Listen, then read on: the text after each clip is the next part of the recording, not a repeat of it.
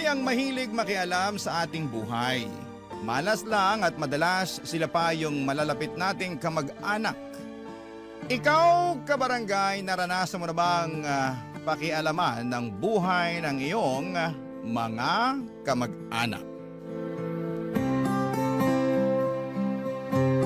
Dear Papa Dudut, ako nga pala si Erica, 30 years old at lahat naman siguro tayong mga Pinoy ay merong tita na mahadera at pakialamera. Yung kahit na anong gawin mo sa buhay mo ay lagi na siyang may masasabing hindi maganda. Danas ko yan sa tita Lydia ko at lagpas 50 anyos na siya. At siya ang nanay ko na, siya po ang ate ng nanay ko na 50 anyos naman. Silang dalawa lang ang magkapatid sa kanilang pamilya, kaya sila lang din ang nagtutulungan. Wala naman pong masama na tulungan mo ang kapatid mo. Kaya lang dahil sa minsang pagtulong ni nanay kay Tita Lydia, ay ako naman itong naperwisyo. Mula kasi sa probinsya ay tumira muna sa amin si Tia Lydia. Nagkaroon daw sila ng problema ng kanyang asawa at anak. Pakiramdam niya ay pinagkaisahan siya. Kaya syempre, kay nanay siya lumapit para magpasaklolo ulit, Papa Dudut.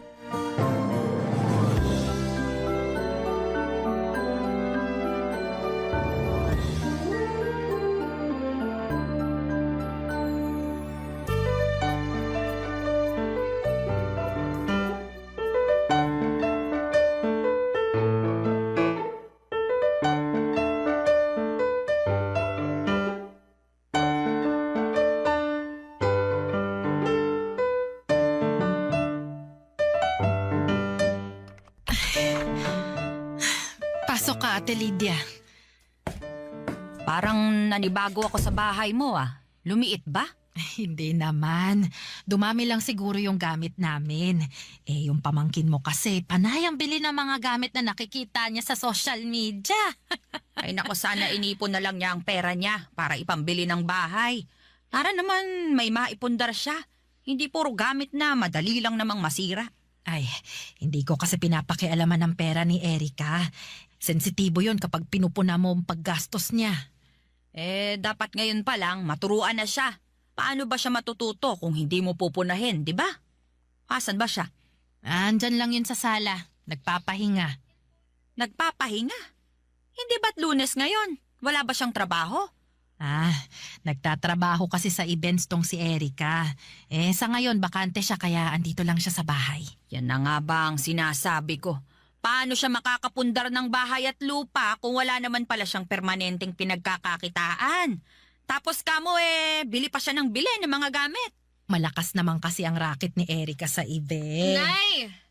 Dinig ko po kayo sa sala, ah. Mano po, tita? Kaawaan ka ng Diyos. Nadinig mo kamo ang usapan namin ng nanay mo. Opo, ang lakas ng boses niyo eh. Mabuti naman at sinasadya ko talagang iparinig yun sa'yo. Ano tong nababalitaan ko na wala ka raw trabaho ngayon? Tita, wala kasi akong nakabook na event ngayon kaya free day ko. At saka malakas namang rumakit tong si Erica ko, Ate Lydia. Halos hindi ko na nga siya madatnan dito sa bahay eh. Naku, lalo na pag bare months. Nako, huwag kaya masyadong kampante. Baka magaya ka ron sa batugan kong asawa na umaasa lang sa paminsan-minsang racket sa talyer. Asan kami dinala ng mga racket niyang kulpol? Ikaw naman, ate. Tanggalin mo nga muna yung galit sa asawa mo. Akala ko ba hindi natin siya babanggitin? Naiinis kasi ako rito kay Erica. Sinasayang ang potensyal niya. Wala naman pong nasasayang na potensyal ko, tita. Maganda naman ang kita ko sa events eh. Kung totoong maganda, bakit hanggang ngayon wala ka pa rin yung sariling bahay at lupa? Bakit ka nakikitira pa rin dito sa nanay mo? Ate Lydia, ako nagpapatira sa kanya rito. Hindi ko na siya pinaalis mula nung namatay ang tatay niya. Paano kailangan ko ng kasama rito? Kaya maswerte akong pumayag itong si Erica na samahan ako rito. Ang sabihin mo, si Erica ang maswerte dahil nakakalibre siya ng upa. Baka pati pagkain libre din. Lahat po ng gastusin dito sa bahay, ako ang sumasalo. Kaya nga ang laking tulong na kasama ko si Erica kasi may tumutulong sa akin. Alam mo naman ate ang kalagayan ko nung namatay ang asawa ko, hindi pa? Isa ka pa. Masyado ka kasing umasa sa asawa mo, kaya yan. Hindi ka makatayo sa sarili mong mga paa. Kaya pati kay Erica umaasa ka. Wala naman pong problema kung asahan ako ni nanay na tulungan ko siya. Nanay ko siya eh. Masama ba? Oh, tignan mo kung paano pa siya sumagot sa akin. Tama ba yan? Hindi naman po ako sumasagot ng mali. Gusto ko lang ipagtanggol si nanay. Alam nyo, hindi na tayo nagkakaintindihang tatlo. Mabuti pa, Erica, tulungan mo na lang akong bitbitin to mga dala ng Tita Lydia mo para makakain na rin tayo pagkatapos. Gusto ko pa noong ituloy ang usapan dahil G na G akong magalit ng mga oras na yon, Papa Dudut. Kaya lang ay pinisil na ako ni nanay sa braso. Kaya tumigil na rin po ako. Alam naming pareho na hindi titigil si Tita Lydia hanggat sinusundan mo pa ng bala. Tumulong pa rin naman ako para bitbitin ang gamit niya. Hindi nga lang ako sumabay kumain dahil nawala na ako ng gana, Papa Dudut. Ramdam ko nang magiging stressful ang buhay ko habang nasa bahay namin si Tita Lydia. Boses pa lang niya na iirita na po ako. Alam niyo yung boses ng isang judgmental. Isipin niyo na lamang ang tunog nun. At habang tumatagal ay mas lumalala ang ugali ni Tita Lydia. Hindi na lamang talaga boses ang nakakairita sa kanya kundi lahat na lamang ng mga sinasabi niya, Papa Dudut.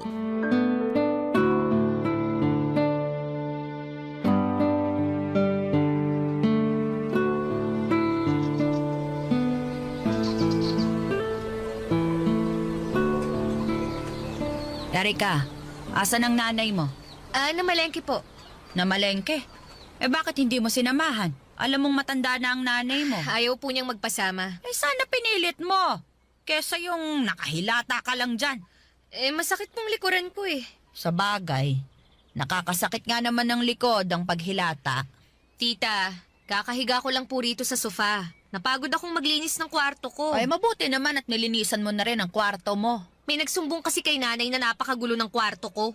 Hindi mo na kailangang manghula kung sino ang nagsumbong. Ako yon. Abay, nagmamagandang loob lang ako sa'yo. Nasilip ko kasi minsan na parang ang gulo ng kwarto mo. Naging magulo lang naman po yun dahil nagre-rearrange ako ng mga gamit ko. Parang hindi naman ganun ang nasilip ko. Nagulat nga ako eh. Kadalaga mong tao ang gulo ng kwarto mo. Paano kang liligawan yan kung hindi ka masino? Pagiging masinop lang po bang basihan para maligawan? Sa lagay mo, parang oo. Sobra naman kayong manghusga. Halos inaraw-araw nyo na. Baka nga mali ang hula ko. Bakit? Meron ka bang manliligaw? Wala po. Hindi ako nang husga. Tama ang hula ko. Kaya mula ngayon, Erica, magsinop ka na palagi ng kwarto, ha? Bakit ho kayo? Nasilip ko minsan ng kwarto nyo. Hoy, sinilip mo ang kwarto ko? Nadaanan ko lang naman po. Ganyan ka ba pinalaki ng magulang mo? Ang makialam sa ibang tao? Talagang... Irespeto mo naman ako bilang tiyahin mo. Bakit mo sinisilip ang kwarto ko? kayo rin naman ho. Hoy, magkaiba tayo. Sinilip ko ang kwarto mo dahil concerned ako sa mga kalat mo. Ikaw, sinilip mo ang kwarto ko dahil gusto mong makiosyoso. Hello, tita. O di wala ka masabi ngayon. Ay nako, lagot ka sa nanay mo kapag nalaman niya tong ginawa mo. Parehas lang naman tayo ng ginawa. Pero magkaiba tayo ng dahilan. Mas tama ang dahilan ko kumpara sa'yo. Grabe naman kayo. Alam mo, Erica, napapansin ko lang, ha? Huwag kang masasaktan, pero parang hindi maganda ang ugali mo. Parang may mali sa pagpapalaki sa'yo ng magulang mo. Wow! Oh, tignan mo na kung paano mo tanggapin ang sinasabi ko. Alam nyo, hindi ko po alam kung bakit biglang ganito nakatindi ang usapan natin, ha? Sa kwarto ko lang naman nagsimula ang lahat, pero bakit pati ang pagpapalaki sa akin ni nanay at tatay pinapakialaman nyo pa? Dahil nag-aalala lang ako sa'yo. Kung meron lang akong third eye, baka nakita ko na ang sungay at buntot mo. Lumalaki kang demonyo. Marunong ka pa bang magsimba?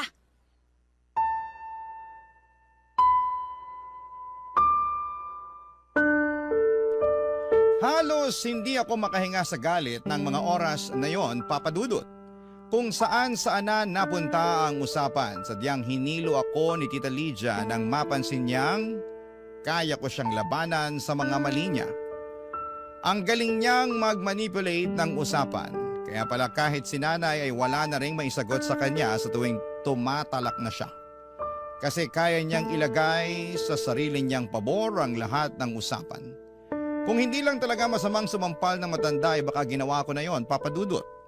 Magkabilang sampal, gusto kong papulahin ang mga pisngi niya. Pero alam kong sa imahinasyon ko lamang pwedeng gawin ang mga bagay na yon. Dahil kahit gaano ako kagalit sa kanya ay tinuruan ako ng nanay at tatay ko na magpakumbaba. Matutong magpasensya at magpatawad. Mabuti ang mga tinuro sa akin ng magulang ko kontra sa iniisip ni Tita Lydia. Pero hindi ko na alam kung kaya ko pa bang panindigan, Papa Dudut, ang mga tinuro nila. Kapag lumagpas na sa linya si Tita Lydia, Papa Dudut. Barangay Love Stories. Barangay Love Stories. Noong bata pa lamang ako, si Tita Lydia nag-aalaga sa akin tuwing bakasyon. Umuwi kasi ako ng probinsya tuwing walang klase. Maalaga naman si Tita at itinuturing niya akong anak, Papa Dudut. Binibilhan din ng mga gamit at pagkain tuwing lumuluwas siya ng bayan. Na-enjoy ko ang bakasyon sa probinsya namin dahil hinahayaan niya kaming maglaro ng anak niya. Palasimba din siya. Palagi niya akong kasama tuwing linggo para tumulong sa simbahan pag may misa. Naging makulay ang mga bakasyon ko sa probinsya at malaking tulong si Tita Lydia at ang kanyang pamilya. Minsan nga kapag kailangan ko ng umuwi ay napapaiyak na lamang ako kapag sinusundo na ako ni nanay. Mas malaya kasi ako sa probinsya at sa poder ni na Tita Lydia. Pero noong naging dalaga na ako ay saka ako nakaramdam na parang akong nakakulong. Nakakulong sa mga panghuhusga ni Tita Lydia, Papa Dudut.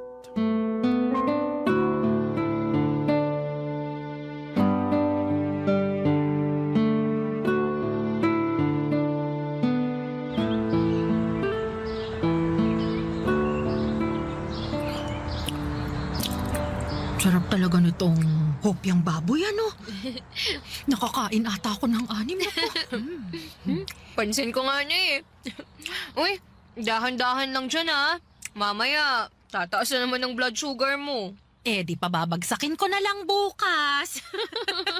Hayaan mo na ako, anak. Ngayon lang ulit ako nakatikim ng hopya. Mabuti na lang nakasalubong ko yung naglalako nito. 4 na piraso na lang pala ang natitira oh. Ubusin na natin to bago pa tayo maunahan ng mga langgam mamaya. Ipatong mo na lang sa ibabaw ng ref. Hindi na umaabot yung mga langgam doon. Eh bakit kasi hindi na lang natin ubusin, Nay? 4 na lang oh. Tig-2 tayo. Ano, G? Anak talaga. Sapat na itong nakain ko. Tsaka ngayon mo pa ako inalok niyan eh. Tinakot mo na ako sa blood sugar ko. Ay, naku. Itira na lang natin ito para kay Tita Lydia mo. Ay, okay. Anak, alam kong naiinis ka sa Tita Lydia Alam mo. niyo naman po pala eh. Eh pero bakit wala naman kayong ginagawa? Hinahayaan niyo akong ipahiya niya sa harapan niyo. Minsan pa pati sa harapan ng mga kapitbahay natin, pinagsasabihan niya ako ng hindi magaganda. Hayaan na lang natin. Mas malawak ang pangunawa mo. Ganun kita pinalaki, hindi ba? Hindi naman natin pwedeng gayahin kung ano man ang ginagawa niya sa atin. At saka anak, intindihin mo na, may pinagdaraanan rin kasi siya. Eh lahat naman ng tao may pinagdadaanan na eh. Pero hindi lahat gumagas pang ang ugali tulad ni tita. Ay basta, wag na nating patulan, ha? Sundin mo na lang ako anak, ha? Wag ka nang pumatol, maliwanag? Ay, may balita ako. Oh, ate, hopya oh, meron pang 4. Salamat. Ano ba ito? Ay, alam nyo ba? Ikakasal na yung bunsong anak ni Temyong, si Bernadette. Ay, yun ba yung yung nurse dun sa Canada? Oo. At jackpot dahil Canadian ang napangasawa. Ang gwapo! Napakaganda ng mayaambag nun sa lahi ni na Temyong. Hindi na puro sarat ang ilong. Tingnan mo nga naman samantalang napakamahiyain ni Bernadette noon. Hindi kikibo kahit ilang beses mo nang kausapin. At saka sa kanila magkakapatid, siya itong pangit. Uy, grabe naman yung tita. Maganda naman si Bernadette Ay, huwag ka nga ipokrita, Erika.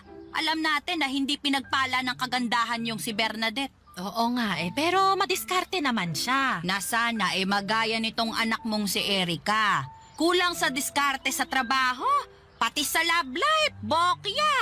Ay, nako, ako na naman pala ang topic. Hindi ba 30 ka na? Tinalo ka pa ni Bernadette 25 anyos lang yon. Pero tignan mo't nahanap na ang mapapangasawa niya. Ikaw naman kasi, Erika. Ang kupat mo nang gumalaw, hindi ka pa nag-aayos. Nag-aayos naman po ako Talaga? Bakit parang lagi kang haggard? Ay, alam mo kasi ate, magkakaiba naman ang kapalaran ng tao. Alam ko naman yon. Sadya lang sigurong hindi paborito ng kapalaran itong si Erika. Kaya laging nahuhuli sa usapan. Ay, biro lang yan ha, pamangkin. Huwag mong dibdibin. Baka mamaya sumimangot ka na naman. Mas lalo kang pagtatampuhan ng kapalaran. Sige ka. Dahil kay Tita Lydia ay natuto ako kung paano huminga ng malalim at magbilang ng 10 para lamang hindi siya patulan. Ang hirap, ang talas ng dila niya. Tinalo pa ang mga kutsilyo sa kusina. Panay ang sulyap ni nanay sa akin at alam niyang naiinis na ako. Pero pilit kong kinakalma ang sarili ko para lamang hindi naman maapektuhan si Nanay Papadudut. Agad na nga akong umalis at pumasok sa kwarto dahil ramdam kong may gusto pang sabihin si Tita Lydia. At ayoko nang marinig pa yon. Sa pagdaan pa ng mga araw ay napuno ng nega vibes ang bahay.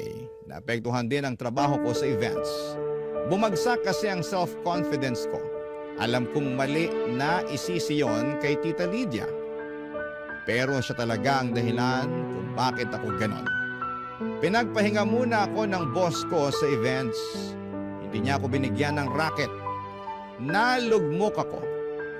Kailangan ko pa naman ng pera dahil marami akong niloan para makabili ng mga gamit sa bahay.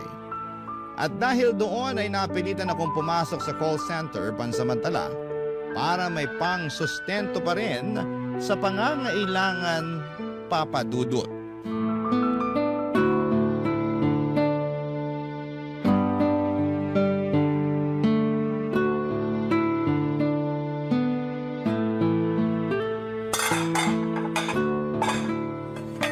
Ate Lydia, paabot naman ang kubyertos. Sandali. Eto. Asan pala ang anak mo? Ilang pananghalian na natin siyang hindi nakakasabay Si Erika, natutulog pa siguro. Paabot naman ako nung mangkok dyan. Tanghaling tapat, tulog. Mga kabataan talaga ngayon. Hindi gumaya sa atin noon na bago pa tumilaok ang manok gising na tayo. Kaso ngayon, wala nang titilaok na manok kasi ginawa ko ng tinola. Ito, ate, anong parte ng manok ang gusto mo? Ipaglalagay na kita sa mangkok mo. Kahit ano, basta wag lang pakpak. Heto na. Dahan-dahan, mainit ang sabaw. Gisigin ko na kaya si Erika, no?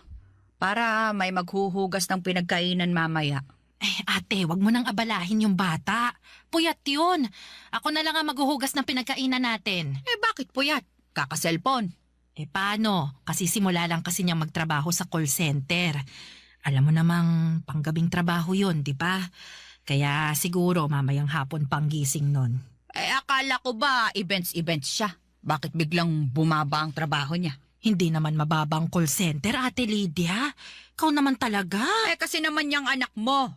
Kung ano-ano na lang ang ginagawa sa buhay. Hindi ba siya nalulungkot na walang pinatutunguhan ng buhay niya? Wala na ngang asawa, wala pang maayos na trabaho. Nay, Erika, bakit ang aga mong nagising, anak? dinig ko po kasi sa kwarto yung boses si Tita Lydia. Sinadya ko talagang lakasan ng boses ko para magising ka na. Effective naman pala Halika na, sumabay ka ng kumain para makapag-usap tayong dalawa pagkatapos. Eh ano bang pag-uusapan? Tungkol sa mga desisyon mo sa buhay. Balita ko nagko-call center ka na raw ngayon. Bakit naman sa dinami-rami ng trabaho na pwede mong pasukin, yan pa ang napili mo? Ito lang kasi ang kaya ko eh. At saka ito lang ang meron ngayon. Pansamantala lang naman to eh. Pansamantala.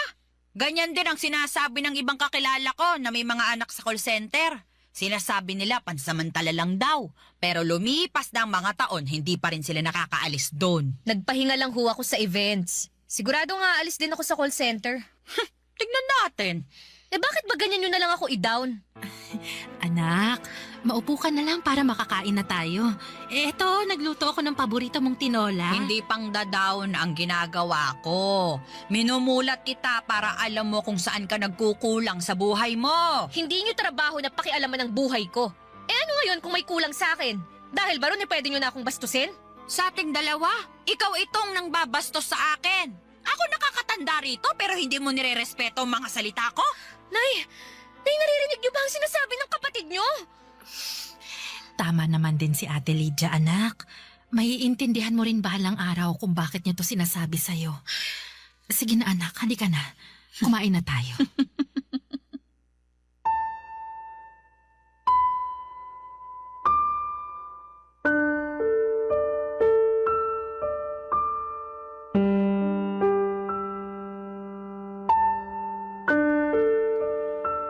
Imbes na sumalo sa kanila para kumain ay mas pinili kong maligo na lamang para tanggalin ang init ng ulo ko. Pagkatapos noon ay umalis na ako ng bahay, Papa Dudut. Hindi ako nagpaalam kahit pa kay nanay at pabalang kong sinarado ang pintuan. Para iparamdam na masama ang loob ko at mas lalo akong nainis dahil hindi man lamang ako pinaniga ni nanay. Kumampi pa siya kay Tita Lydia. Ako ba talaga ang mali sa aming dalawa, Papa Dudut? Sa tuwing hindi na ako makampante kay Tita Lydia, iniisip ko na lamang ang mga kabutihan niya sa akin noong bata pa lamang ako. Pero nitong mga nakaraan ay hindi na yon sumasapat para maunawaan ko siya ng lubos. Parang sa isang iglap ay nabura na lahat ng magagandang alaala niya sa akin. Napalitan na yon ang kasamaan at alam kong nagmamantsa yon sa akin.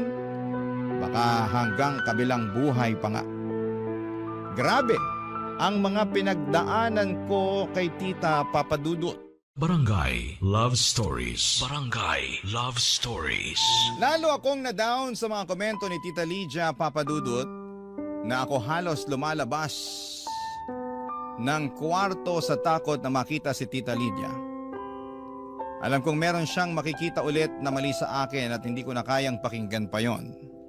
At napapansin na rin ni nanay na ayaw ko nang lumabas ng kwarto. Kaya siya na rin ang nag-aabot ng pagkain ko. Ayos lang sa kanya kahit na hindi na ako sumabay kumain kasama sila. Kung alam lang ni Tita Lydia na ang struggles ko sa mental health ko ay sobra na. Akala ba niya ay hindi ko naiisip ang mga naiisip niyang mali sa akin? Hindi ko kailangan ng isang taong magpapaalala ng mga mali sa akin, Papa Dudut. Gusto ko nang makakaunawa na tao. Pero mula noong nakasama ko ulit si Tita Lydia, walang oras na hindi na ipapaalala sa akin kung ano ang mali ko. At hindi nakakatulong na walang masabi si nanay tungkol dito, Papa Dudut.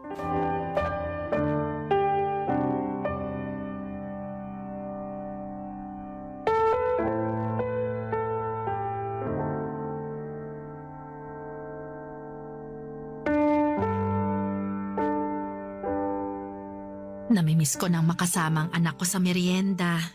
Kailan ka ba babalik sa dati? Kapag umalis na si Tita Lydia. Hindi mo na ba siya kayang unawain? Nay, labas na lang po ulit kayo kasi parang gusto ko mapag-isa na naman. Ay, sige na. Hindi na. Aawat na. Hindi niyo man lang ako makampihan kapag pinagsasalitaan na ako ni Tita. Gustuhin ko man. Pero alam mo namang hindi ko kayang awayin ang Tita Lydia mo. Kaya hinahayaan niyo na lang na ako ang awayin niya tungkol sa mga desisyon ko sa buhay. Nakwento ko na ba sa'yo kung paano siya itrato ng nanay namin noon? Hindi pa ho. Ganito kasi yan. Alam mo naman na ako yung paboritong anak ng lolo't lola mo, hindi ba? Opo, kasi kayo yung matalino, maganda, masunurin at mapagkumbaba. At dahil doon, napapansin nila lagi ang mali sa tita Lydia mo. Lagi siyang naikukumpara sa akin. Naaawa na nga ako nun sa kanya kasi masasakit na ang salita ng lola mo. Maski nga ibang tao dinadown din siya kapag nalalaman nila ang achievements ko. Kaya ba ginagawa niya rin sa akin kung ano man ang ginawa sa kanya noon ng ibang tao? Pero bakit sa akin? Hindi lang naman sa'yo, anak. Kahit sa mag-ama niya mismo. Nako, lalo na sa pinsan mo. Bakit sa tingin mo andito siya ngayon? Bakit hindi pa niya ma-realize na mali ang ginagawa niya? Kailangan bang ubusin niya ang bait at pasensya ng lahat ng tao sa paligid niya? Hindi ko rin pala naikwento sa'yo. Pero alam mo namang maaga akong nag-asawa, di ba? Nabuntis ako bago makapagtapos ng kolehiyo. Laking galit ng lola mo sa akin noon. Pagkatapos nun, bumaba ang tingin sa akin ng lolo't lola mo. Lalo na't hindi rin nakapagtapos ang tatay mo. Tapos hindi pa maganda ang trabaho. Ako na ang pinag-initan ng lola mo. Pero alam mo ba kung sinong sumalo sa akin? Si Tita Lydia. Tanda ko pa kung paano niya kalabanin ang lola mo para lang ipagtanggol ako. Kahit siya naman na itong pinupuri sa aming dalawa. Ganun ako kamahal ng ate Lydia ko. Kaya ganun nyo rin siya ipagtanggol kahit mali na siya. Hindi lang siguro niya napapansin na mali siya. Kasi ginagawa lang naman niya ang nakasanayan niya sa nanay namin. Pero mabait ang tita Lydia mo, anak. Kailangan lang natin siyang unawain.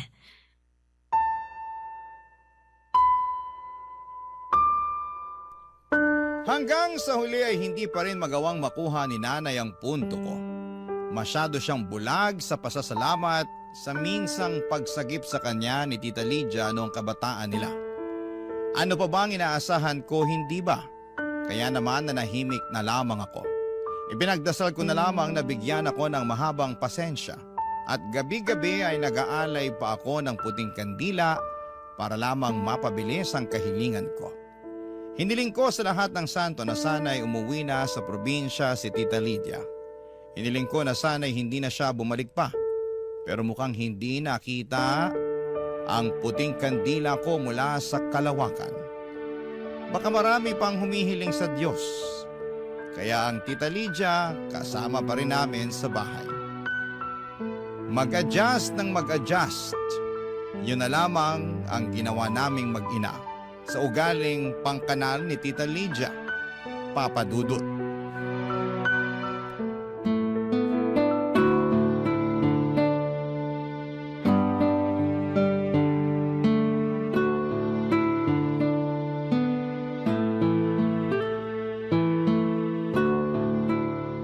Ate Lydia! Nakauwi ka na pala. Napaaga nga Inaway ako ron sa kapilya. Nagsabi lang naman ako ng totoo sa mga itsura nila. Sila patong galit. Hindi lang nila magawang harapin ang katotohanan. Gusto mo bang sumabay kumain kay Erika? Ipaghahanda kita ng plato. Ay, hindi na. Parang naumay ako bigla habang pinapanood itong anak mo kung paano kumain. Erika, dahan-dahan lang sa pagkain ha. Ang pisngi mo mas manas pa kaysa sa mga buntes. Hindi pa naman bagay sa iyo ang mataba. Opo. Nay, kakainin ko na lang tong natira kong ulam mamayang gabi. Pakilagay na lang sa ref. Papasok na po ako sa kwarto. Mabuti pa nga, itulog mo na lang yung gutom mo para hindi mamihasa ang bibig mo sa kakasubo. Opo. Anak, sigurado ka ba? Sayang naman to. Mas masarap to habang mainit pa. Busog na rin po kasi ako, Nay. Bakit nga pala kain ka ng kain, Erika? Pansin ko mula nung dumating ako sige ka ng sige sa paglamon. Kung naniniwala ho kayo sa stress eating, baka ito na yun. Sa bagay, nakaka-stress naman din kasi talaga ang buhay mo. Isipin mo, wala ka na nga boyfriend, wala ka pang matinong trabaho. Tapos ngayon bumibilog pa ang puson mo.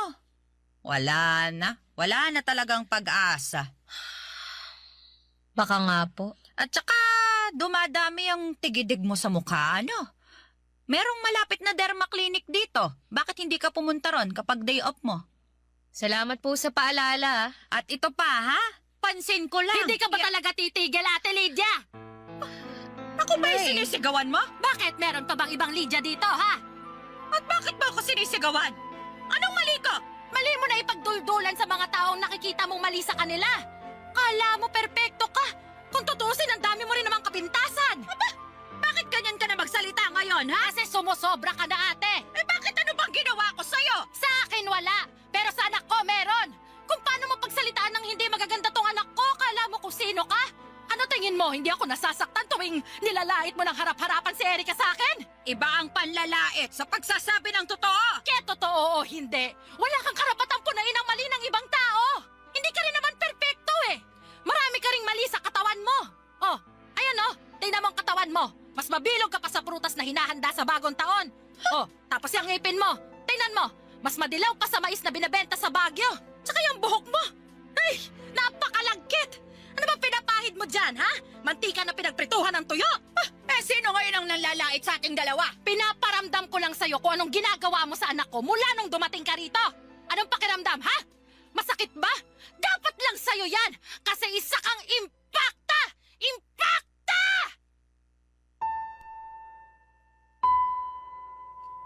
Hindi nakaimik si Tita Lydia maski ako ay nagulat.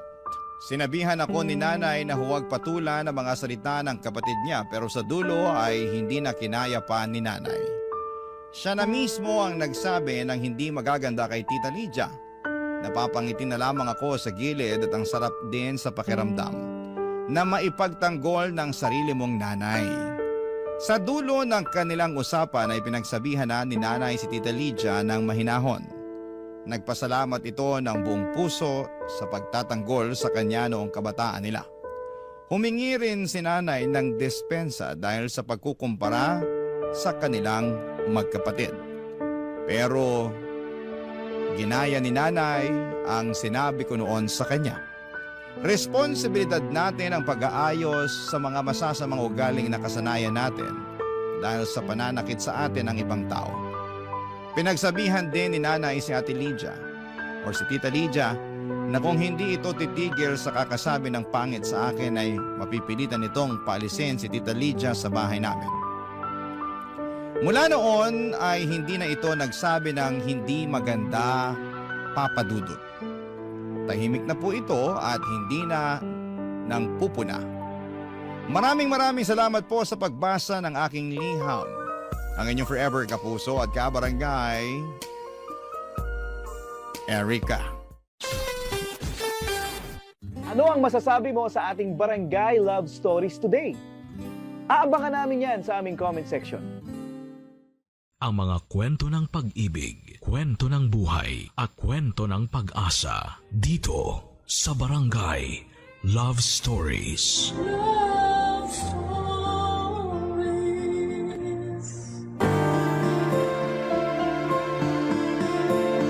Ang tunay na pag-ibig ay ang pagsasama ng nag-iibigan sa kanilang masasayang araw.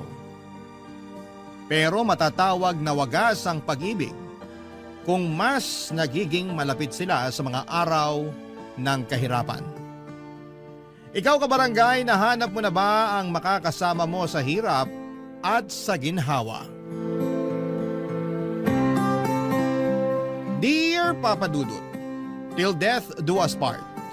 Ang laging bigkas ng mga kinakasal sa harap ng altar. Ganon din ang pangakong binibitawan namin sa isa't isa ng asawa ko noong kami kinasal. At kahit papaano ay masasabi kong napanindigan naman namin ang pangakong yon. Tawagin niyo na lamang po ako sa pangalang Apollo, 45 years old at isang insurance agent mula sa Makati. Sumulat ako sa inyo dahil gusto kong i-share ang love story namin ng asawa kong si May na hanggang kamatayan ay nagpatuloy pa rin ang pagmamahalan naming dalawa. Sa mall kami unang nagkita ni May, Papa Dudut. Dati akong sales boy doon na ang trabaho ay ang mamigay ng flyers sa mga tao tuwing may promo ang pinagtatrabahuhan kong store. Sa dami ng mga taong nakakasalamuha ko araw-araw ay hindi ko pa noon napapansin na ilang beses na palang dumaan sa harapan ko ang aking the one.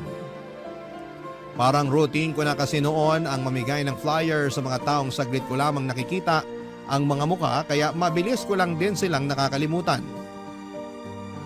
Hanggang sa isang mukha ang nanatili sa memorya ko. Si May na halos araw-araw ko noong inaabutan ng flyer nang hindi ko namamalayan. Una ko siyang napansin dahil sa suot nitong pink na headband. Kinabukasan ay nakita ko ulit ang headband na yon kaya inabangan ko ulit siya sa mga sumunod na araw. Hanggang sa napagtanto kong iisa lang ang babaeng nagmamay-ari ng pink na headband na yon. Noong muling dumaan sa store ang babae ay doon ko na siya unang kinausap, Papa Dudut.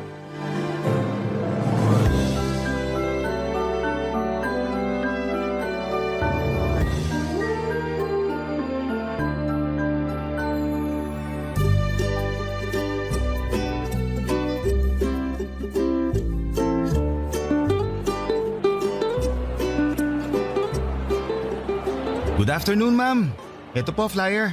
May promo po kami this month. Baka gusto niyo po mag-avail. Salamat. Ay, teka lang. Ha? Ikaw na naman. Ano pong ibig niyong sabihin? Naalala kita eh. Ikaw yung lagi kong inaabutan ng flyer tuwing hapon. Baka po nagkakamali lang kayo. Hindi. Naalala ko yung pink mong headband eh. Dumaan ka na naman kahapon dito, di ba? Tapos nung nakaraang araw din. Hindi po ako yun. Aalis na ako. Sandali lang, sandali. Hindi nga ako yun. Huwag ka matakot sa akin. Nagtatanong lang naman ako eh. Saka, wala namang masama kahit araw-araw kang kumuha ng flyers namin. Curious lang talaga ako. Hindi nga ako yun, ang kulit. Talaga ba? Kahit i-check natin yung CCTV ng store? Ha? May CCTV ba rito? Oo! Ayan oh, sa tapat ng store namin. Natutuwa lang ako sa ginagawa mo na kahit araw-araw kitang inaabutan ng flyer, kinukuha mo pa rin. Yung iba kasi, ni hindi man lang nila ako pansinin kapag nag-aabot ako sa kanila. Ang sakit kaya nun kapag hindi ka pinapansin ng mga tao. Nahihiya lang din kasi ako kapag hindi ko kinuha yung inaabot mo. So, ikaw nga yung babae kahapon sa kanong nakaraan. Sabi na eh, hindi ako nagkakamali. Naalala ko yung headband mo eh, kasi kakaiba. Pambata. Total, nandito ka na lang din. Baka naman may time ka para explain ko tong laman ng flyers namin. Okay. Hindi naman ako nagmamadali. Okay, sige. This month kasi, may promo kami. Kailan ba birthday mo? Tapos na. Tapos na ba? Sayang naman. Kapag kasi birthday mo this month, may 20% discount ka kapag bumili ka dito sa store ngayong buwan. Kasi anniversary namin. Pero huwag ka mag-alala. May 10% discount din kapag first time buyer. First time mo lang naman bumili sa amin kung sakali, no? Hindi ako mahilig sa gadgets eh. Hindi. Pero if ever lang bibili ka, ngayon ka lang din ba bibili dito sa amin? Oo, hindi pa ako nakakapasok dyan sa store nyo. Ayos! Ayun! So kung plano mong bumili ng cellphone o tablet o laptop, bumili ka na ngayong buwan kasi may discount ka. Ano palang pangalan mo? May. Ako pala si Apollo. Salamat Apollo pero wala akong pambili ng tinda nyo eh. Tsaka may cellphone na ako. Hindi ko kailangan ng bagong cellphone ngayon. Ganun ba? O sige, pero kapag nangailangan ka, dito ka sa amin pumunta ha. Tutulungan kita makakuha ng discount. Okay. Sige. May kailangan ka pa ba? May gusto ka bang itanong? Ang totoo niyan, hindi yung ibinibenta mo ang sadya ko kung bakit ako paulit-ulit na dumadaan dito sa store nyo. Ha? Ano? Teka, sinasabi mo ba na sinasadya mong dumaan dito? Parang gano'n na nga. Wala naman talaga akong binibili sa mall na to eh. Bakit ka nagpupunta dito? Nangongolekta ka ba ng flyers? Hindi. Wala, nakakahiya. Basta, aalis na lang ako, baka naabahala na kita. Hindi, sandali. Sabihin mo na. Bakit ka naman dumadaan dito kung wala ka naman palang ibang sadya? May sadya ko pero hindi yung store nyo ang sadya ko. Ano? Ikaw. Ha? Ako? Matagal ko nang gustong itanong sana yung pangalan mo pero nahihiya lang ako makipag-usap sa'yo. Bakit naman gusto mong malaman pangalan ko? Gusto kitang hanapin sa Facebook para ma-add sana kita. Talaga? Bakit naman? Ang dami mo namang tanong. Crush kasi kita. Ayan, nasabi ko na yung dahilan. Sasabihin mo na ba yung Facebook mo? Totoo ba? Oo nga. Malapit nang maubos yung kapal na mukha ko. Sabihin mo na yung Facebook mo para makaalis na ako. Ganito na lang, malapit na matapos yung shift ko. Maantay mo ba ako? Bakit naman kita aantayin? Gusto mo makuha Facebook ko, di ba? Antayin mo ko. Gusto muna kita kilalanin bago ko ibigay yung FB ko. Maliit na tao si May, Papa Dudut. Wala pa yata siya sa 5 feet kaya kapag pinagtabi kami ay para kaming magkapatid. Maganda siya, maliit ang mukha pero mature na ang itsura. Singkit ang kanya mga mata at napaka-expressive ng mga ito. Sa mga mata pa lang kasi ay matutukoy mo na kagad kung ano ang nararamdaman niyang emosyon dahil napaka-suggestive nito. Nakatira lang si May malapit sa mall kung saan ako nagtatrabaho noon. Tendera siya sa isang bakery nung nakilala ko siya. Lagi raw siyang tumatambay sa mall para makakita ng artista. Marami kasing nagaganap na mall shows sa mall na pinagtatrabahuhan ko noon at karaniwan ay marami rin talagang artista na nagpupunta doon. Noong minsang dumaan siya sa harapan ng store namin ay inabutan ko raw ng flyer si May at doon din ay agad siyang nakaramdam ng attraction sa akin. Hindi naman sa pagmamayabang pero mukha raw kasi akong artista, Papa Dudut. Simula noon ay araw-araw na siyang dumadaan sa store namin para kumuha ng flyer na inaabot ko sa mga tao. Hanggang sa mamukhaan ko na nga siya at nakausap. Doon na po nagsimula ang pagkakaibigan naming dalawa, Papa Dudut. Kinuha niya ang Facebook account ko para doon ako kulitin. Kakaiba ang personality ni May, mapaglaro at weird ang ugali nito. Para bang malayo sa mga normal na tao kung tumatakbo or tumakbo ang pag-iisip niya. Siya yung tinatawag na out of the box kung mag-isip. May usapan nga kami noon tungkol sa mga alaga naming hayop. At bigla na lang niya akong tinanong kapag daw ba magkakapareho ang size ng bawat hayop sa mundo. Sino raw sa kanila ang mananalo kapag naglaban? Napahagalpak na lamang ako ng tawa noon habang ini-imagine ko ang langgam at elepante na magkasing laki at naglalaban.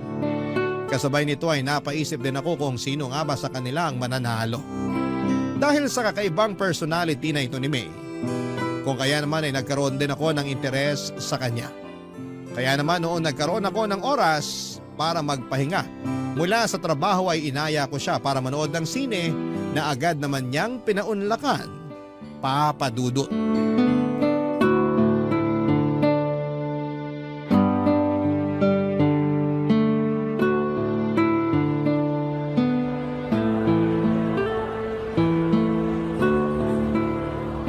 Ang lala ng twist ng pinanood natin ah. Sabi ko sa'yo yun ang killer. Ayaw mo kasing maniwala. Sino ba naman kasi mag-aakala na yung bida ang mismong pumapatay? Hindi ko yun in-expect. Ang galing ng direktor nun. Anong hindi halata? Halata nga Tsaka hindi na bago yung twist na yun. Ilang beses na yung nagamit sa ibang pelikula. Talaga ba? First time ko lang makapanood ng ganun eh. Mahilig ka ba talaga manood ng mga mystery thriller? Oo! Yan ang paborito kong genre ng pelikula. Lahat na yata ng mystery na palabas na panood ko na Kakaiba ka. Halos lahat ng kakilala kong mga babae, puro love story ang gustong panoorin sa sine. Pero ikaw, mas gusto mo yung patayan. Masyado na kasing predictable yung mga love story na yan. Puro recycled yung kwento, paiba-iba lang yung artistang bida. Kung sa bagay, nakukornehan din naman ako sa mga love story. Bakit naman? Ibang-iba kasi siya sa totoong buhay. Kapag sa pelikula, parang napakadali magkaroon ng karelasyon. Parang napakagandang ma-in love. Pero ang totoo niyan, hindi naman ganun ka-magical ang pag-ibig tulad ng sinasabi nila. At bakit mo naman niya nasabi? Magical kaya ang pag-ibig. Kapag tumibok na ang puso mo para sa isang tao, para kang nasa alapaap dahil sa saya. Sa simula lang yan. Mawawala rin yung pakiramdam na yan kapag nagsimula na yung mga problema ng pag-ibig. Tulad ng sawaan, agawan, traiduran at lokohan. Parang pinagdaanan mo yung mga yan Hindi ko naman yan sasabihin ko, hindi ko pa naranasan eh. Bakit? Sino bang bumasag sa puso mo kaya ganyan ang tingin mo sa pag-ibig? Wala, wag na natin pag-usapan yon.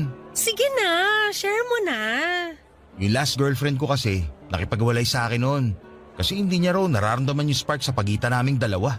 Tapos, natural lang naman yun. Kung hindi niya napanindigan yung pagmamahal niya sa'yo, ibig sabihin, hindi siyang para sa'yo. Parte yun ng paghahanap ng pag-ibig. Kaya nga ayoko sa mga love story na palabas dahil doon.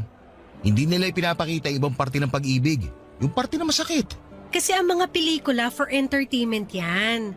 Hindi yan ginawa para pagdusahin ng mga manonood. Masyado mo namang sineseryoso yung mga palabas sa sinihan. Babalik tayo sa ex mo. Anong nangyari pagkatapos nun? Ayun, wala pang 1 linggo. Nabalitaan ko na lang na sila na pala ng kaibigan ko. Magtutropa kasi kami tapos nung naghiwalay kami ng ex ko, sinalo siya ng kaibigan ko. Nalaman ko na lang na matagal na pala siyang inaantay ng tropa ko. Kaya nung nalaman niyang hiwalay na kami, pumila kagad siya. Ang saklap naman nun. Pero at least hindi kayo pinagsabay, di ba? Mas masakit yun. Kahit ano pang nangyari, ang ending, nasaktan pa rin ako. Ang puso, kailangang masaktan para maintindihan mo kung ano ba talaga ang ibig sabihin ng totoong pagmamahal. Ikaw ba? Nasubukan mo na ba masaktan? Sa pag-ibig? Hindi pa. Bakit? Siguro ikaw yung nananakit. Hindi ah. Hindi ko pa na-experience yung masaktan dahil hindi ko pa naman naranasang makipagrelasyon. Talaga? Hindi pa? Oo. Hindi ko pa naranasang magkaroon ng boyfriend. Wala ka pa naman palang nakarelasyon eh. Pero kapag magbigay ka ng payo, parang ang dami mo na experience ah. Mahilig kasi ako magbasa at saka manood kaya parang na-experience ko na rin kahit papano yung tinatawag nilang pag-ibig. Iba pa rin kapag totoong karanasan. Eh diligawan mo ko para masubukan ko na magkaroon ng boyfriend. Lo, ang prangka mo talaga kahit kailan. Hindi naman na kasi sikreto na may gusto ko sa'yo. Ikaw lang naman yung inaantay ko eh. Ay nako, tara na nga. Baka kung saan pa mapunta tong usapan na to. Kain muna tayo bago umuwi. Okay, sige.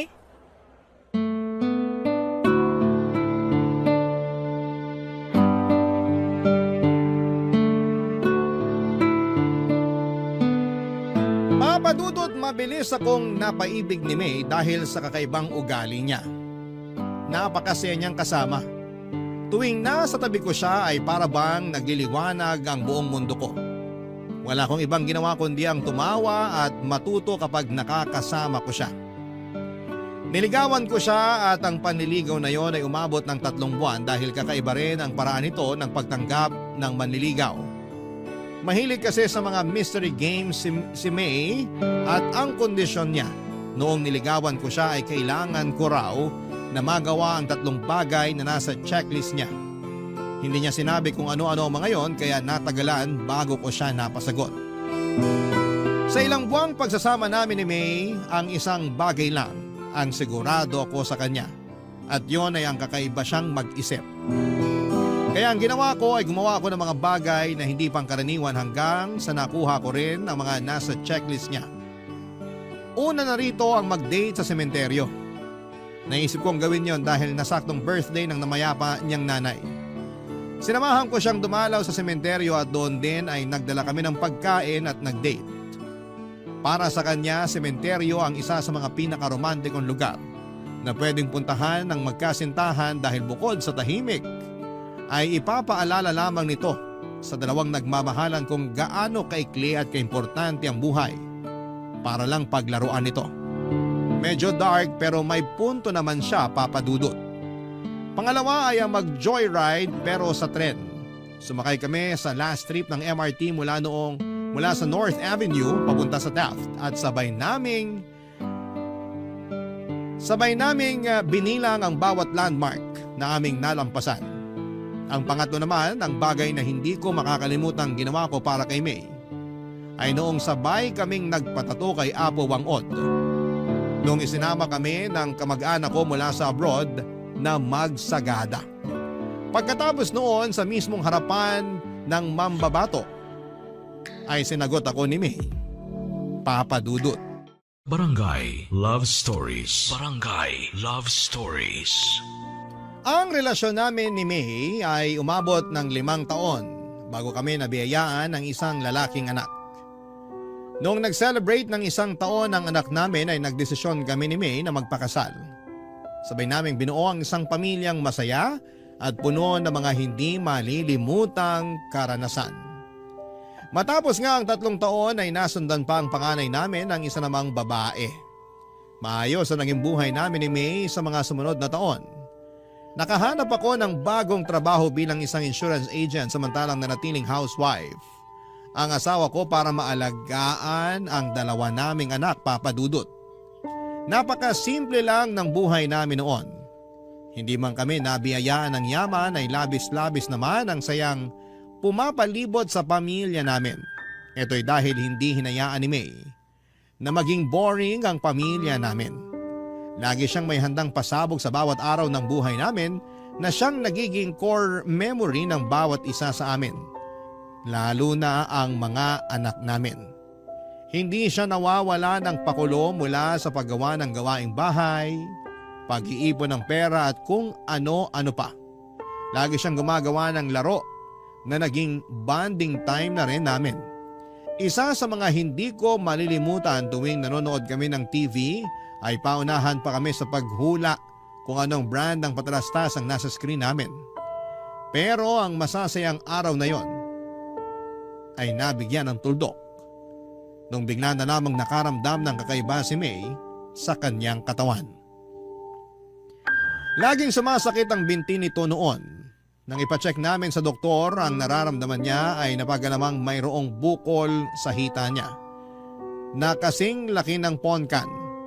Sumailalim siya sa iba't ibang klase ng test tulad ng MRI, ultrasound at biopsy.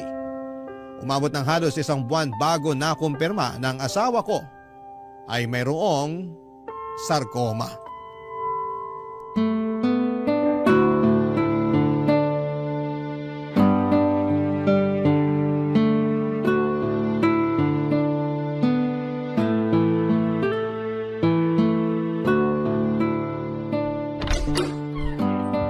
Mahal, nandito na ako. Maaga ka umuwi ngayon ah. Oo, wala akong masyadong nakasabay mag-commute. Ewan ko ba? Sana ganun lagi para maaga ako nakakauwi. Nasaan pala yung mga bata? Tulog sila pareho. Halika rito, tabihan mo ako, may papagawa ako sa'yo. Ano yun? Ito, ginawan kita ng word search puzzle. Word search? Oo, bilugan mo yung mga salitang mahahanap mo rito. Para saan naman to? Basta, may 5 salita akong nilagay dyan. Okay, wala bang clue? Ano mga salita yung hanapin ko? Mga medical term. Medical term? Okay. Ayun, malignant, tama ba? Tama, 4 pa. Ano pa ba? Hindi ako maalam sa mga medical na to eh.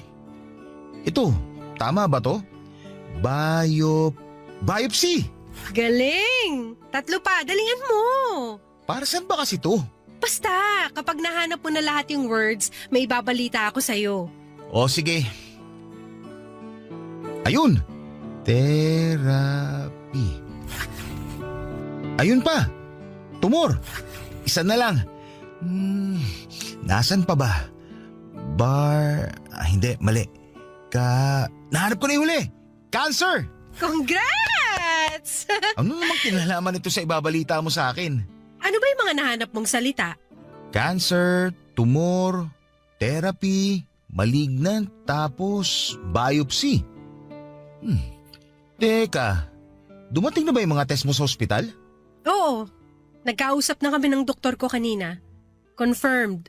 Ang alin? Yung mga binilugan mong salita, yan yung sakit ko. Cancer. Ano? Pinaglaro mo ako para lang sabihin may cancer ka? Pinaglolo ko mo ba ako, May? Ang boring naman kasi kapag sinabi ko lang sa'yo ng diretsahan. Mas maganda yung may thrill para surprise. Sa tingin mo, nakakatuwa itong ginagawa mo? Buhay ito pinag-uusapan natin. Magseryoso ka naman kahit ngayon lang. Hindi lahat pwedeng gawing laro. May cancer na nga ako, pinapagalitan mo pa ako. Sorry. Ikaw kasi. Anong sabi ng doktor? Anong klaseng cancer? Anong stage? Sarcoma. Ano yun? Anong klaseng cancer yun?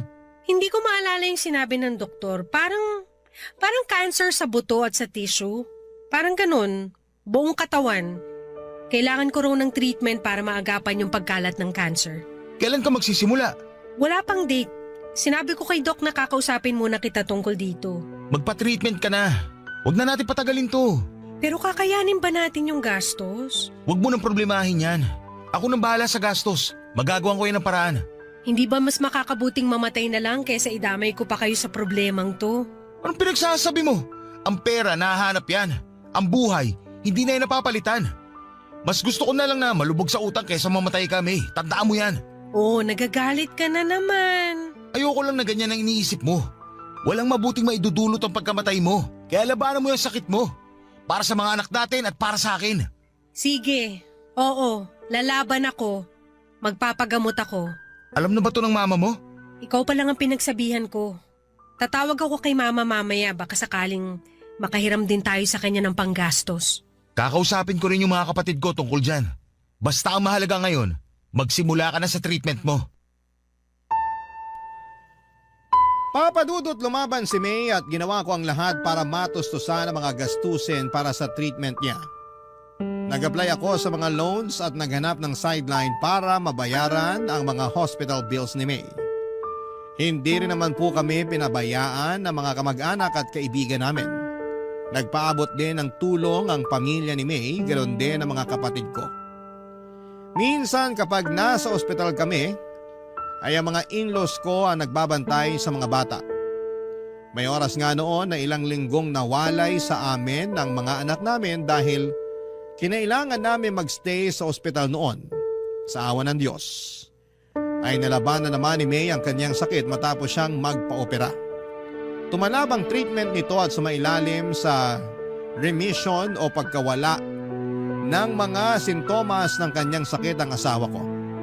Sobra-sobra ang pasasalamat ko noon sa Diyos. Dahil dininig nito ang mga panalangin ko na habaan pa ang buhay ni May. Masyado pa kasing bata ang mga anak namin para mawala ng ina. Kaya nakahinga ko nang sabihin ng mga doktor na maayos na ang lagay ng asawa ko na wala ng sintomas ng kanser sa katawan niya.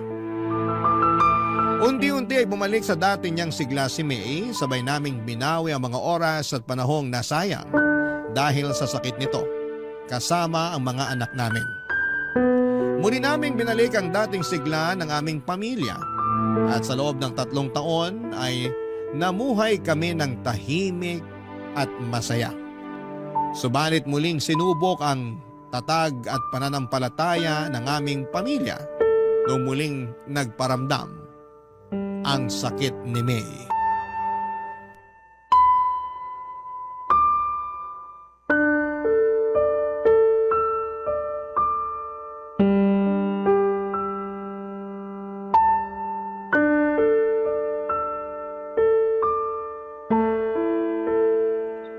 So paano ngayon yan? Nasa ospital pa rin ba kayo ngayon? Kakauwi lang namin ng bahay. Kumusta si May? Ayun, parang wala lang sa kanya yung nalaman niya. Mas ako pa nga yung apektado eh. Ako pa yung mas naunang umiyak kaysa sa kanya. Ganun naman talaga si May eh. Hindi masyadong nagpapakita ng kalungkutan. Ayaw kasi niya na madama yung mga tao sa paligid niya. Matapang yun eh, pero kahit ganun, samaan mo na lang muna siya. Alam ko na kahit hindi yun nagpapakita ng emosyon eh, mabigat ang pakiramdam nun ngayon. Alam ko naman yun. Nagpapahinga na siya ngayon. Kailan ulit siya sasailalim sa chemo niyan? Bukas na ulit. Medyo aggressive daw yung cancer sa katawan niya.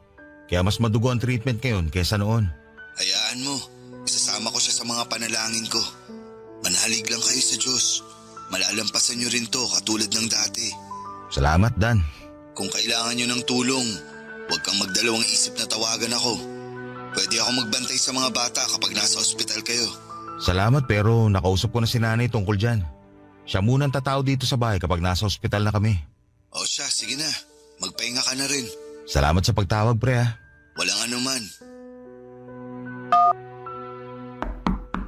Apollo? Apollo? Sandali lang po, nandyan na. O ma, pasok po kayo. Nasaan ang anak ko? Okay na ba siya? Nasa kwarto po si May, nagpapahinga na po siya. Bumiyahe ako agad nung nabasa ko yung text mo. Ano bang nangyari sa kanya? Sumakit po yung likod niya kaninang umaga. Namimilipit na siya sa sakit. Kaya itinakbo ko na lang siya sa ospital. Anong sabi ng doktor? Maayos na ba siya? Ma, bumalik po yung cancer ni May. Ano?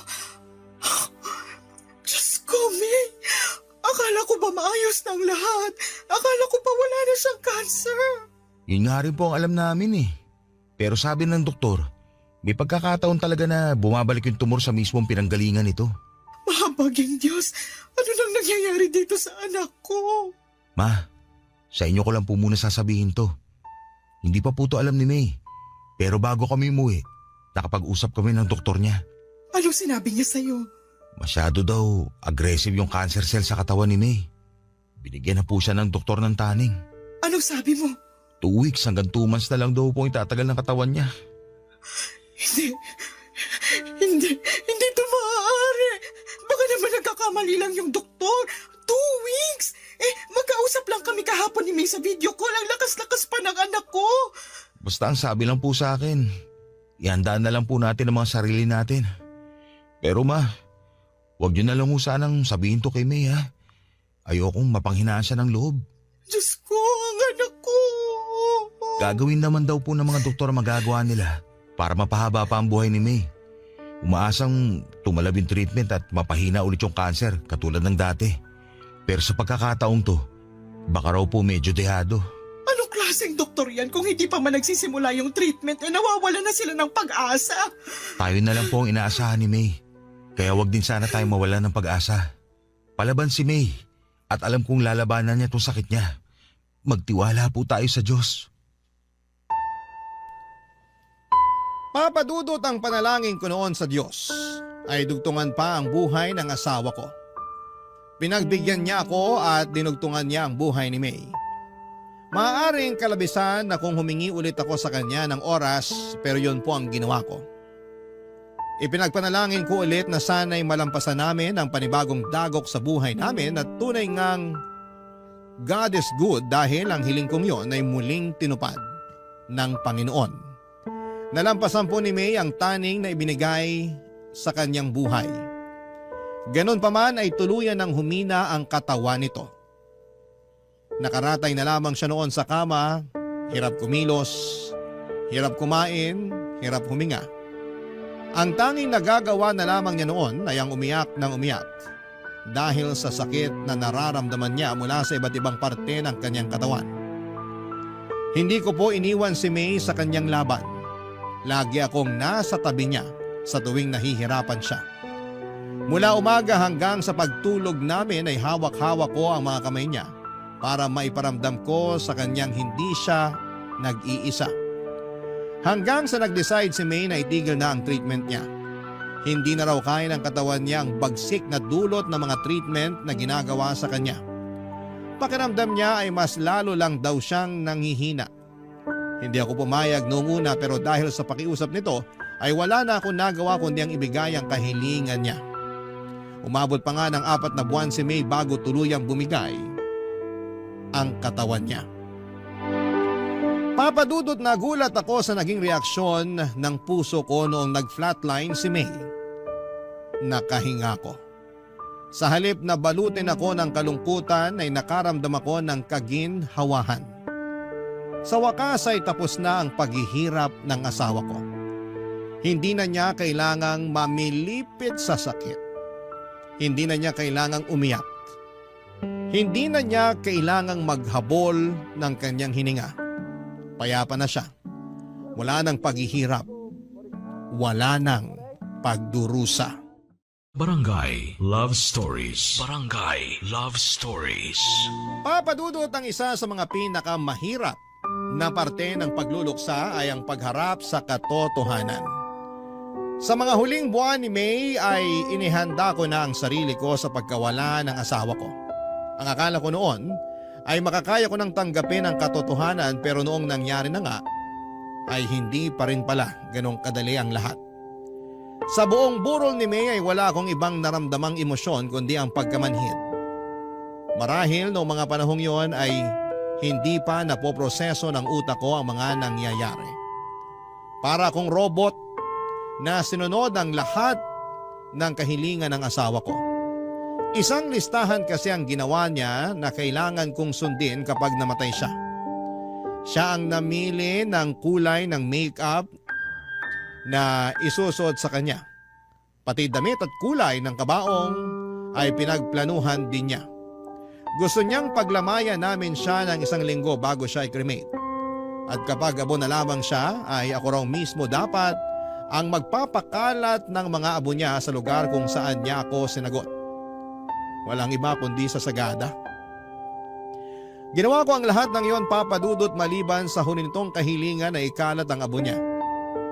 Hindi ko pa kasi siya kayang bitawan. Kaya naman pinagsantabi ko muna ang kanyang kahilingang yon. Matapos i-cremate si May ay sakalang nag-sink in sa akin na wala na talaga ang asawa ko. Hindi na niya maisusuot ang paborito niyang damit. Hindi na niya magagamit ang mga make-up na nakakalat pa rin sa kanyang vanity mirror. Hindi na niya matatapos ang librong binabasa niya na nooy 3 chapters na lamang ang natitira. Wala na ang asawa ko. Isa yung katotohanan na nahirapan akong tanggapin. Gabi-gabi akong umiiyak sa CR, Papa Dudut, habang pilit na tinatago ang nararamdaman kong kalungkutan mula sa mga anak ko. Para bang naging routine ko na ang tumambay sa CR habang binabalikan ang mga masasayang ala-ala namin ni May. Isang gabi habang nakatambay ako sa CR at inaalala ang mga old pictures namin ng asawa ko ay bigla akong tinawagan ng kaibigan kong si Dan, Papa Dudut.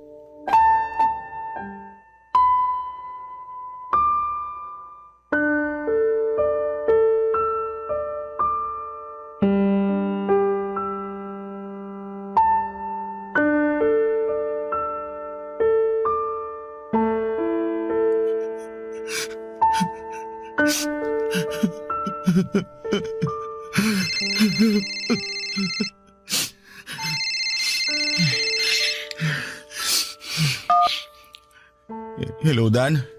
Napatawag ka. Hello pre, gising ka pa ba? Hindi ba kita naabala? Hindi naman. Gising pa ako. May inaayos lang ako. Bakit? May problema ba? Wala naman, kukumustahin lang sana kita. Maayos naman ako ngayon. Talaga? Alam ko na nasa sitwasyon ka ngayon kung saan hindi mo na pwedeng i-deny yung nangyari. Ngayong tapos na ang lahat, ngayon mo lang mararamdaman yung sakit ng pagkawala ng asawa mo. Alam ko yun kasi naranasan ko na rin yan nung namatay yung asawa ko. Kaya naiintindihan ko kung hindi ka man okay ngayon. Ang hirap lang talagang tanggapin, pre. Ito mga nakaraang araw, akala ko kaya ko eh. Yun pala, nakakaya ko lang yung bawat araw kasi maraming tao nakapaligid sa akin. Nandiyan na kayo ng kaibigan at pamilya ko. Pero ngayon mag-isa na lang ako. Ngayon lang tumama yung sakit. Ngayon ko lang naramdaman yung kalungkutan. Ang hirap. Sobrang hirap. Yan din ang sinabi sa akin ni May noon. Sinabi ni May? Anong ibig mo sabihin? Ang totoo niyan pre, tumawag ako sa iyo ng ganitong oras dahil kay May. Hindi kita maintindihan, pare. Bago namatay si May, nagkaroon kami ng pagkakataong mag-usap. Isang bilin ang ibinigay niya sa akin. Sinabihan niya ako na samahan kita sa pagluluksa. Na kapag nakremate na siya't lahat, kapag wala na yung mga taong nakikiramay, kapag bumalik na ang lahat sa normal, tawagan daw kita para kumustahin ka. Sinabi niya yun sa'yo? Oo pare. Alam kasi niya na yung mga unang gabi na wala na siya sa tabi mo, yun ang mga pinakamalungkot na gabing mararanasan mo. Tumawag ako sa iyo ngayon dahil sa bilin ng asawa mo at bilang kaibigan na rin. Kaya kung ano man ang gusto mong ilabas, kung ano man ang gusto mong sabihin, narito ako't makikinig. Maraming salamat, pare. Hindi ko alam kung paano ako magsisimula eh. Paano ko sisimula ng bawat araw ko kung wala na yung tao nagsisilbing araw ko? Wala na yung tao nagbibigay buhay sa pamilya ko. Paano ko pupunan yung kawalan ni May sa pamilya namin? Huwag kang magsimula. Hayaan mong kusang mangyari ang mangyayari. Karapatan mong magluksa dahil mahal mo yung nawala. Lahat naman tayo may kanya-kanyang paraan ng pagluluksa eh. Kaya kung ano yung mas makakapagbawas sa bigat na nararamdaman mo ngayon, yun ang gawin mo. Nandito naman kami na willing tumulong eh. Nandiyan ang mga magulang at kapatid mo, pati na rin ang biyanan mo. Hindi ka nag-iisa, Apollo. Maraming salamat sa pagtawag mo. Kahit papaano, nabawasan tong bigat na nararamdaman ko ngayon. May nasabi pa ba sa'yo si May? Sinabihan niya ako na ako na raw bahala sa'yo at gabayan ko raw yung mga anak niyo. Siguraduhin ko raw na tulungan kitang matanggap ang nangyari. Hindi ko alam kung bakit ako yung napili ni May. Kung bakit ako yung pinagkatiwalaan niya, pero siguro dahil byudo na ako kaya naisip niya na isa ako sa makakatulong sa'yo. Pinagkatiwalaan ka niya kasi mabuti kang kaibigan. Isa ka sa mga taong malaki naging parte sa buhay namin. Ganon din naman kayo ni May sa akin eh. Kayong dalawa yung naging kasangga ko nung nawala ang asawa ko. Kaya nararapat lang na ibalik ko sa inyo yung pabor. Basta, tandaan mo lang. Isang tawag lang ako kapag may problema ka. Maraming salamat ulit, pare. Walang anuman.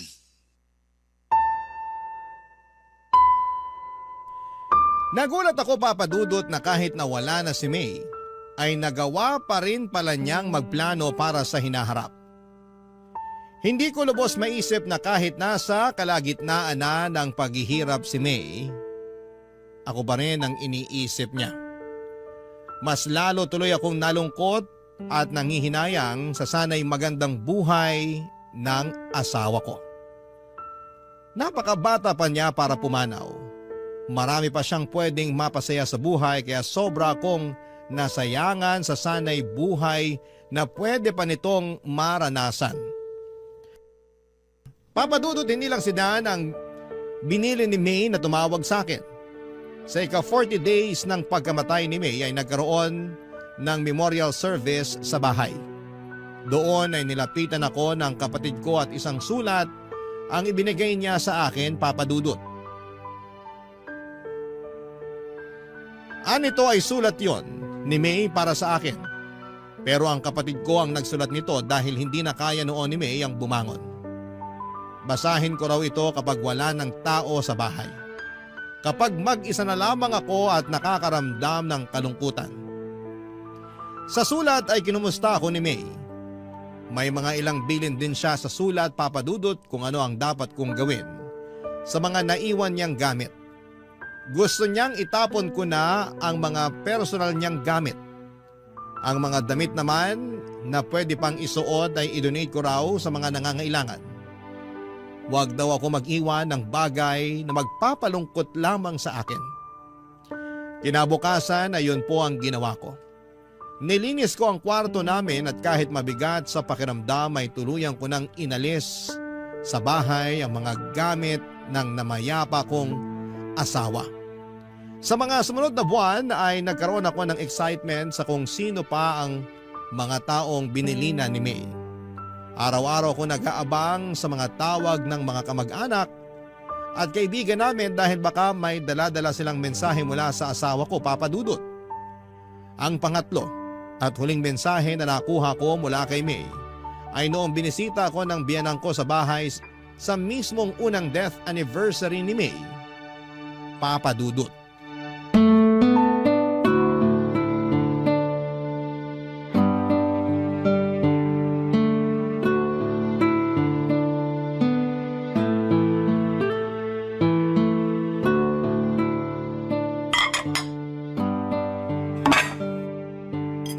Ma, ako na po dyan. Hindi na, ako na magliligpit dito. Dalhin mo na lang to sa kapitbahay nyo. Pansit yan tsaka puto. Sayang din kapag hindi naubos, wala namang iba ng kakain. Maliban na lang kung may darating ka pang bisita. Wala na pong darating. O siya, itong itinabi kong ulam, ulamin nyo na lang bukas. Sige po. Nakakapagod tong araw na to. Alam mo ba, simula alas 4 nagluluto na ako. Sabi ko naman po kasi sa inyo, Ma. Mag-order na lang po tayo para hindi kayo mapagod. Hindi pwede. Kapag nag-order tayo, para na rin nating ininsulto si May. Dapat bigyan pa rin natin siya ng oras kahit na sa paghahanda lang ng anibersaryo ng pagkamatay niya. Alalahanin natin siya sa pamamagitan ng pagkaing inihanda natin para sa kanya mismo. Salamat po pala sa pag-prepare ng handa ngayon. Walang anuman. Nasabi na sa akin yan ni May bago pa siya pumanaw. Binili na niya ako na pagsapit daw ng death anniversary niya, ako raw ang magluto ng handa dahil hindi ka raw marunong magluto. Binili na niya rin po kayo? Oo. Nung hinatid mo yung anak mo sa eskwela noon, Ako yung naiwan na nagbantay kay May.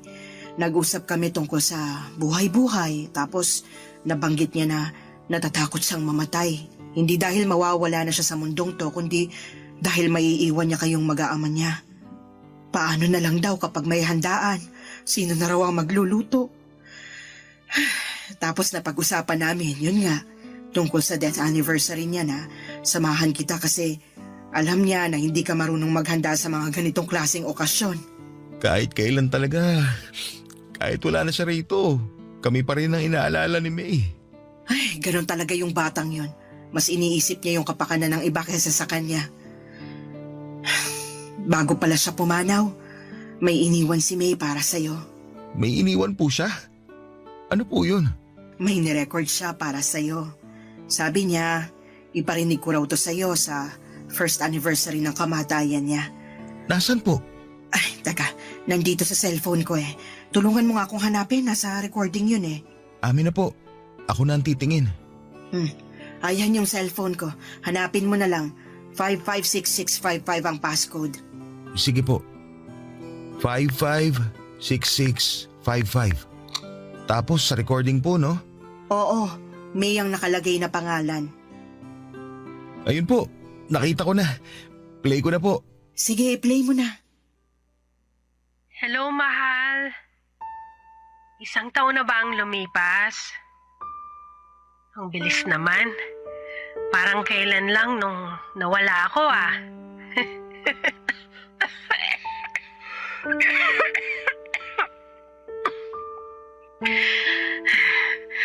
Joke lang yun ah. Baka magalit ka na naman kasi nagbibiro na naman ako tungkol sa kamatayan. Siraulo ka talaga. Kumusta ka na? Nagawa mo na ba yung mga billing ko sa'yo? Siguraduhin mo lang na maganda yung naging makeup ko, ha? Tsaka dapat, by this time, nakakalat na yung mga abo ko sa sagada. Doon mismo, sa tapat ng puno kung saan kita sinagot. Hindi pa. Hanggang ngayon nandito pa yung mga abo Tapos, yung mga gamit ko, naipamigay mo na ba? Itapon mo na yung mga hindi mo gagamit. Huwag kang magtago ng mga gamit kung hindi na importante. Alikabukin lang yung mga yon. Siguro, mag-iwan ka lang ng ilang pictures ko. Para naman hindi ako makalimutan ng mga anak natin. Mahal, sorry. Hindi ko na magagawa yung pangako ko sa'yo. Nasasamahan kita hanggang pagtanda. Sorry kung hindi ko na kayang lumaban. Hindi ko na talaga kaya eh. Hirap na ako. Pero sana, kahit nawala na ako, magpatuloy ka pa rin sa buhay. Maghanap ka ng bagong taong magpapatibok sa puso mo. Ng bagong nanay sa mga bata. Walang kaso sa akin yun. Ang mahalaga lang para sa akin eh yung makita ko kayong mamuhay ng masaya, payapa, at malusog. Yun lang naman.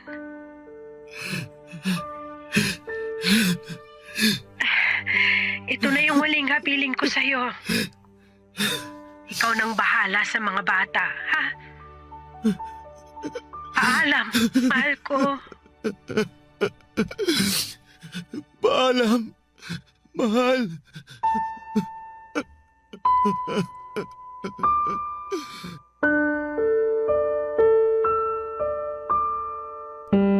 Ang totoo niyan, Papa Dudut, ay hindi pa talaga tuluyang nakakalaya ang puso ko mula sa kalungkutan ng pagkawala ni May. Hindi pa rin talaga siya kayang pakawalan kahit na matagal na siyang namayapa. Araw-araw ay pumapasok pa rin siya sa isipan ko. Dumating nga noon sa puntong gumagawa pa ako ng senaryo sa utak ko bago ako matulog kung saan ay masayang nagsasama ang buo naming pamilya. Yun na lang kasi ang tanging paraan para mawala ang pagkalumbay ng puso ko. Pero tama ang mga sinabi ni May.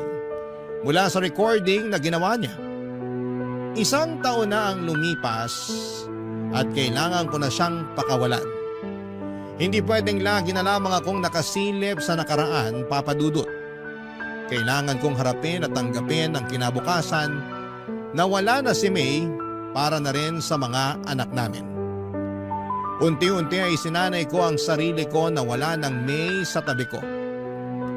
Ginawa ko ang lahat bilang single parent para mabigyan ng magandang kinabukasan ang mga anak ko.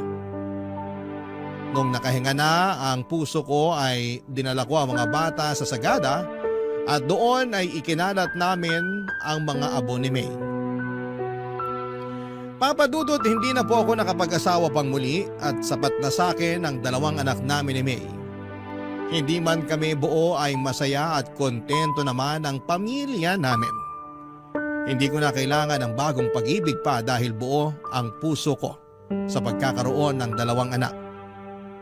Ngayon ay kailangan ko na lamang gampanan ang trabaho ko bilang magulang sa kanila sa pamamagitan ng mga natutunan ko sa dati kong asawa, Polo. Barangay Love Stories. Barangay Love Stories. Anong say mo sa Barangay Love Stories na ito? Pagkwentuhan natin sa comment section yan. Nagustuhan ng iyong napakinggan? Ituloy yan via live stream sa www.gmanetwork.com/radio. Barangay LS 97.1